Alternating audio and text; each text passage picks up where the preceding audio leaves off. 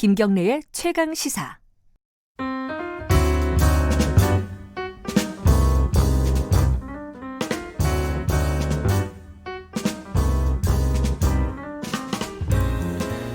네, 김경래 최강시사 3부 시작합니다. 더 나은 미래를 위해 오늘의 정책을 고민하는 시간, 김기식의 정책 이야기 식스센스, 김기식 더 미래연구소 정책위원장 오늘도 함께합니다. 안녕하세요. 예, 안녕하세요. 좀 다른 얘기 좀 할게요. 조국 후보자 얘기, 뭐 일본 얘기, 이게 뭐 중요한 얘기긴 한데 이게 또 그것 때문에 또 다른 중요한 얘기들이 많이 묻히고 있습니다. 그 중에 오늘 몇 개를 좀 골라봤습니다. 하나가 이 분기마다 가계동향 소득부문 조사 결과가 나오잖아요. 통계청에서. 예, 통계청에서 나오죠. 근데 요번에 나왔을 때 이제 며칠 전이었죠. 25일 날 네. 나왔는데 그때 기사의 대부분은 빈부격차가 더 벌어졌다. 네네네. 이 양극화, 소득 양극화가 더 심해지고 있다. 요거예요. 요거를 어떻게 봐야 되는지 요걸 좀 여쭤보고 예, 싶어요. 통계청 조사에서 세 가지 사실이 확인됩니다. 하나는 말씀하셨던 것처럼 소득 최하위 1분위하고 네. 최상위 뭐 5분위로 나누면 5분위 혹은 10분위로 나누면 10분위 최상위 계층 간의 소득 격차가 더 벌어졌다. 네. 이것도 하나, 이거는 확인된 사실이고요. 예. 그러나 또 한편에서 보면 전 소득 계층에 있어서의 소득이 향상됐다. 더군다나 최하위 계층의 경우에도 과거에 계속 지금 문재인 정부 들어서서 마이너스 성장을 하다가 이번 2분기에는 처음으로 다시 이제 최하위 계층의 소득도 늘었다. 조금 늘었다. 다만 예. 최상위 계층의 소득 증가에 비해서 최하위 계층의 소득 증가가 미미하다 보니까 네. 소득이 최하위 계층의 소득이 늘었음에도 불구하고 빈부격차는 더 벌어지는 양태로 나타난 거고요. 네. 세 번째 사실은 굉장히 이거는 긍정적인 신호인데 중산층의 소득 비중이 늘었다. 다시 말해서 10분위로 나눴을 때 가장 가운데 해당되는 네. 5분위, 6분위가 차지하는 어떤 전체 소득에서의 비중이 늘었거든요. 그 얘기는 이제 우리나라에서 이게 중산층이 두터워지고 있다라고 네. 하는 점이니까 요 세 가지는 가 이번 통계청 조사에서 확인된 거죠. 그 중에 이제 사실 첫 번째 아까 말씀하신 소득 격차가 더 벌어졌다. 이 네네. 부분에 많이 주목을 했어요. 네네. 언론들이. 그죠? 그 원인은 이제 크게 보면 두 가지로 얘기할 수 있습니다. 네. 하나는 그 우리 사회에 있어서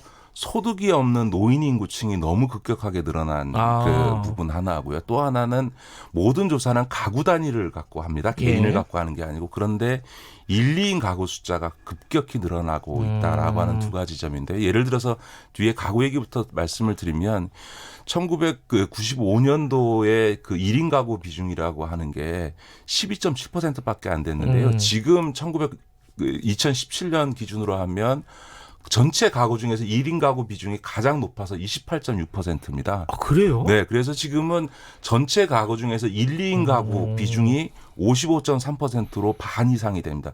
그거에 비해서 제일 많았던 4인 가구 비중, 다시 말해서 1995년도에 한 31.7%를 차지했던 4인 가구 비중이 20년 만에 17.7%로 확 줄어버리게 된 거고요. 5인 가구 같은 경우 요즘 참 보기 어려울 것 같은데 그래도 1995년도에는 10%가 넘었는데 지금 4.8%로 3분의 1로 줄었거든요. 그러니까 이렇게 1, 2인 가구가 많이 늘어나는데 이 1, 2인 가구가 물론 결혼하지 않는 청년층 때문이기도 하지만 또 하나 부분은 이 노인들이 독거노인 상태로 네. 혹은 이 노인 부부만 사는 이런 1, 2인 가구들, 노인 1, 2인 가구가 많이는 늘어난 거거든요. 근데 이게 뭐가 문제가 있냐면 소득이 없는 노친 애들이 많이 늘어난다라고 하는 게 소득이라는 거는 크게 보면 시장 소득과 사회적 소득이 있습니다. 시장 소득이라는 건 이제 뭐 사업 소득이라든가 임금 소득이라든가 금융 자산 등 자산 소득 같은 이런 세 가지가 있고요. 그다음에 사회적 소득이라는 거는 이전 소득이라 그래가지고 사적 이전 소득, 공적 이전 소득이 있습니다. 다시 말해서 공적 이전 소득이라는 거는 복지제도를 통해서 기초연금이라든가 기초생활보장법상의 생계급여를 준다든가 하는 정부가 세금으로 주는 지원금을 이제 공적 이전 소득이라는데 한국 사회는 굉장히 컸던 영역이 뭐냐면 사적 이전 소득입니다. 다시 말해서 자식이 부모를 봉양하거나 가족들이 이렇게 지원해 주는 걸 이거 사적 이전 소득이라고 하는데 이 사적 이전 소득이 점점 줄었고 앞서 말씀드렸던 것처럼 그 노인 1, 2인 가구가 늘어난다라고 하는 거는 이제 더 이상 자식들이 부모를 모시고 봉양하는 비율이 확 떨어지고 있기 때문에 시장에서의 소득은 없어지고 있는 노인들이 그나마 자식이나 가족들로부터의 사적 이전 소득도 받지 못하다 보니까 거의 전적으로 정부가 주는 공적 이전 소득에 의존할 수밖에 없는 이런 사회 구조로 바뀌고 있는 게 지금 이제 소위 1분위와 5분위 간의 어떤 이 소득 격차가 벌어지는 가장 구조적인 원인이라고 봐야 되겠죠. 그러니까 소득 격차가 단순히 이게 부자들이 돈을 더 많이 벌고 가난한 사람들이 돈을 더 적게 번다. 분명 그 측면이 조금은 있겠지만 예. 시스템, 그러니까 전체적인 구조의 문제가 꽤 크다. 그렇습니다. 고령화 문제, 네네. 그리고 우리가 가구가 이렇게 변화하는 문제. 네네. 출산율이 낮은 것도 문제가 있겠네요. 그렇습니다. 예, 이번에 그 출산율 통계도 나왔는데 정말 충격적이더라고요. 어찌됐든 그런데 이 부분을 가지고 지금처럼 여러 가지 어떤 원인들로 복합적인 원인들로 이런 현상들이 나왔다라고 얘기를 안 하고 많은 또 언론이나 분석하는 사람들이 많다고 하면 좀 어폐가 있죠. 일부는 지금 문재인 정부의 소득주도 성장 때문에 그렇게 했는데도 불구하고 이거 안 된 거다. 뭐 요 프레임을 갖고 한단 말이에요. 그 문재인 정부의 소득주 성장을 가지고 이 양극화 현상에 대한 비판에는 맞는 점과 틀린 점이 있습니다. 네. 틀린 점은 뭐냐면요. 소득주도 성장은 주로 이제 우리 국민들이 많이 이해하신 게 최저임금 인상과 같은 조치인데요. 그렇죠. 예. 앞서 제가 말씀드렸던 것처럼 이번 통계청 조사에도 확인되는 게 소위 중간층과 최하위 계층 바로 윗계층 다시 말해서 1분위 빼고 2, 3, 4, 5, 6분위의 소득이 다 늘어납니다. 이거는 이제 최저임금 인상 효과가 나타났다라고 하는 점에서 보면 이 소득주도 성장 정책에 있어서의 최저임금 인상 정책이 국민 하위 계층 중간층 이하에 있어서 소득을 늘리는데 기여한 거는 맞다. 그런 점에서 소득주도 성장이 소득 분배 개선에 뭐를 효과가 없었다라는 비판은 좀 틀린 비판이라고 생각합니다. 예. 다만 이 문재인 정부의 소득주도 성장이 최저임금과 같은 시장 소득 부분에 맞춰져 있다 보니까 네. 이 노인분들은 아까 급격히 노인분들이 늘어나고 있고 네. 이분들은 아예 취업을 못 하고 있으니까 뭐 최저임금을 받을 것도 없는 거죠. 취업을 해야 최저임금을 받는 거니까. 네. 자, 그런 점에서 보면 소위 이런 급격히 늘어나고 있는 고령 인구층을 고려하면 시장 소득과 관련되지 않은 다른 사회소득과 관련된 부분, 다시 말해서 복지 정책을 대폭 확대해서 사회소득을 늘리는 데 있어서는 여전히 고령화가 진행되는 속도에 비해서 느리다. 그래서 최근에 뭐 민주당에서 나오는 게 확장적 재정 정책을 통해서 정부가 그 빈곤 계층 상태에 있는 이 노인층에 대해서 과감한 이 재정적 지원을 통해서 복지제도 확대를 통해서 이 빈곤 문제 해결해야 된다라는 지적이 나오는 거죠. 그래서 다시 말해서 지금 벌어지고 있는 빈부격차는 더 이상 시장소득 개선 조치로는 불가능하고요. 네. 사회복지 분야에 있어서 서구처럼 전폭적인 투자를 더 많이 해야만 이 문제가 개선될 수 있는 거죠. 근데 그 부분에 대해서 이제 정부나 청와대에서 계속 얘기하고 있는 정책들이 노인 일자리 얘기를 많이 해요. 네네. 이 정책 방향은 맞다고 보세요? 이제 이것도 이제 양면이 있는데요. 네. 그러니까 이렇게 이제 노인들 일자리 문제가 제기되다 보니까 5월달에 홍남기 부총리가 정년 연장하자라고 네네. 하는 얘기를 했는데 이거는 좀 부적절하다고 생각합니다. 왜냐하면 이 방송을 들으신 청취자들께서도 지금 정년까지 직장을 다니는 분들이 얼마나 되겠어요. 대개 정년까지 직장 다니는 요새는, 분들은 예. 공공 부분에 있거나 대기업에서도 사무직도 뭐 40대 후반, 50대 초반이면 다 나오고 대기업의 생산직 정도만 정년을 보장받거든요. 근데 상대적으로 이분들은 양질의 고임금 일자리이기 때문에 지금 정년을 연장하게 되면 노동시장에서는 상대적으로 좋은 일자리를 갖고 있는 분들의 기득권만 늘어나는 효과가 네. 나타나는 반면에 우리나라 임금 구조는 나이를 들수록 임금이 많아지는 구조이기 때문에 정년이 연장되면 이분들의 나가는 인건비가 많아지니까 오히려 청년을 고용하는 고용률이 떨어지게 되는 효과를 네. 나타냅니다. 그런 점에서 보면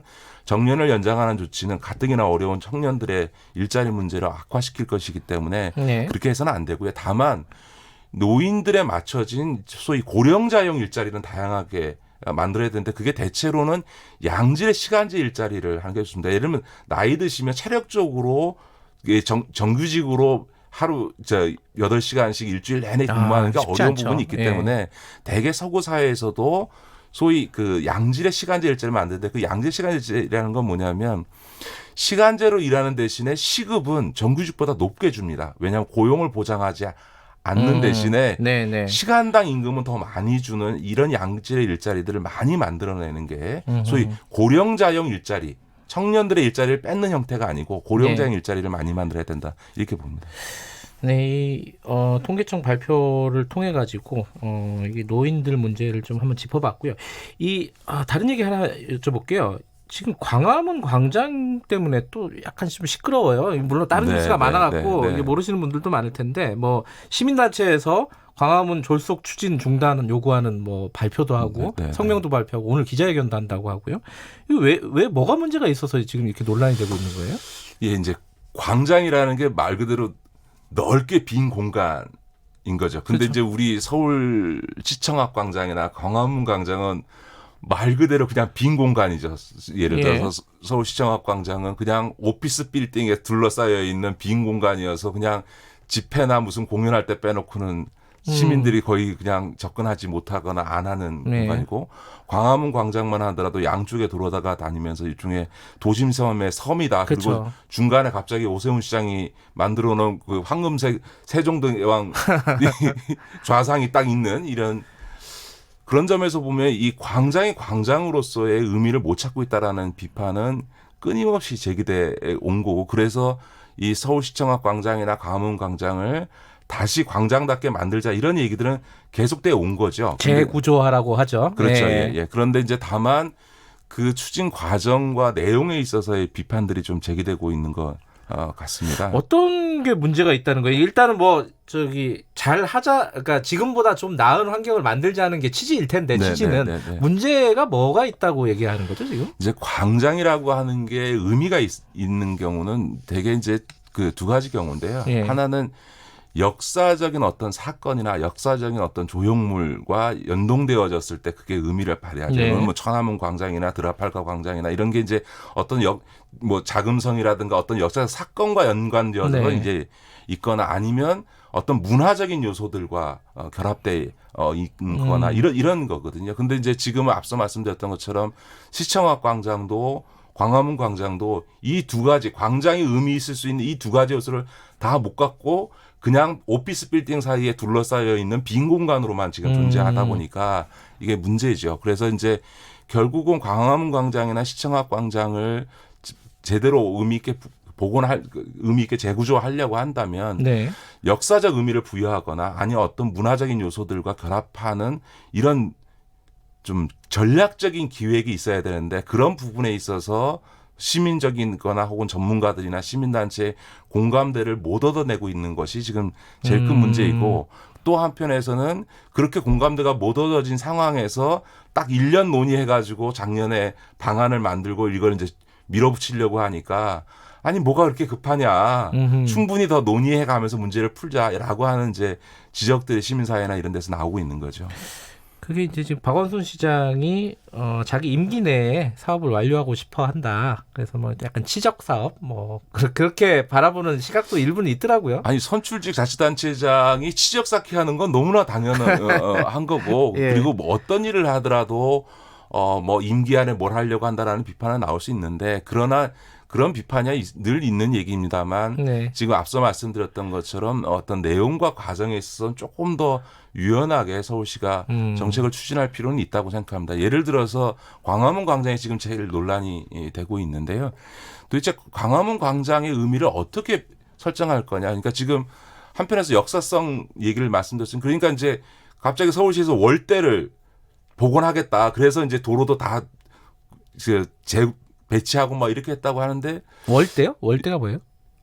이제 그 당시에는 이제 궁궐 이렇게 둘러싸는 벽이 그러니까 성벽이 있었을 거 아닙니까? 그거를 이제 그걸 다시 복원하겠다. 복원하겠다. 그런데 우리나라 지금 국민들이 도대체 그 월대 복원이라고 하는 걸 보면서 이게 어쨌든 조선시대 왕궁 앞 터를 어떻게 한다 이렇게 의미를 부여할 거냐 이게 뭐냐 이럴 거냐라고 하는 점에서 보면 그 역사성이라고 하는 것도 시민적 공감대 위에 있어야 되는 거거든요. 만약에 조선시대 왕궁 앞이라고 하는 이런 역사성을 복원하려고 한다면 사실은 광화문 광장 옆에 있는 건물들 미국 대사관부터 전국 종합청사 다 드러내고 거기에 육정거리 다 복원하고 해서 역사적 의미를 확실히 복원해야 그게 의미가 있는 거죠. 그러니까 월대 하나 복원한다고 해서 의미가 살지는 않거든요. 근데 이제 오히려 저는 아쉬운 거는 광화문 광장에 대해서 우리 국민들이나 혹은 외국에서 가장 인상 깊게 갖고 있는 역사적 의미는 뭘까? 김 기자 뭐라고 생각하세요? 촛불 아니에요? 촛불? 그렇습니다. 아마 외국에서 서울시의 광화문 광장 그러면 촛불이 가득 메웠던 그 민주주의의 광장으로서의 의미를 가장 아마 깊게 네. 받았을 겁니다. 그런 점에서 보면 저는 어쨌든 광화문 광장을 그런 어떤 조선시대와의 연관성보다는 네. 현대사적으로 보면 이게 민주주의 광장으로서의 어떤 의미 이런 부분들을 충분히 살려가면서 광장을 재구조하는 계획들을 만들어가면서 이제 시민들의 어떤 네. 공감들을 얻어내는 게 오히려 광화문 광장과 관련된 논란을 조금 더 부식할 수 있는 방안이 아닌가 그렇게 봅니다. 뭐 광원순 시장은 임기 내에 하고 싶겠죠. 하지만 조금 더 천천히 의견들을 많이 들어보고 어떤 것이 이제 의미 있는 재구조화인지 조금 살펴보자. 이런 그렇죠. 그러니까 취지인 시민들 거죠? 입장에서 보면 네. 또 세금 들여가지고 멀쩡한 도로 이렇게 해짓고 예. 뭐 하냐. 근데 이게 한번 이게 이제 늘 그 광화문 광장에 있는 세종대왕 네. 이 황금색 아까 제가 말씀드렸던 동상 보고 막 마린들이 많지 않습니까? 근데 오세훈 시장이 그걸 해놓고 나니까 다 눈에 거슬리는데도 불구하고 이미 설치되고 나니까 어쩌지를 못하는 거잖아요. 예. 그렇기 때문에 이런 건축물, 광장 이런 문제들은 급하게 하지 말고 충분히 논의해서 하는 게 전 좋다고 생각합니다. 알겠습니다. 이 방송을 들으셨을 것 같습니다. 오늘 고맙습니다. 네, 고맙습니다. 식스센스 김기식 더미래연구소 정책위원장이었습니다. 지금 시각은 8시 47분입니다. 이 시각 교통정보입니다. 출근 정체가 더디게 풀리는 가운데 돌발 상황에 주의를 하셔야겠습니다. 서울 외곽고속도로 판교에서 일산 방향 청계터널 부근 4차로에서 승용차 고장 처리하고 있어 청계요금소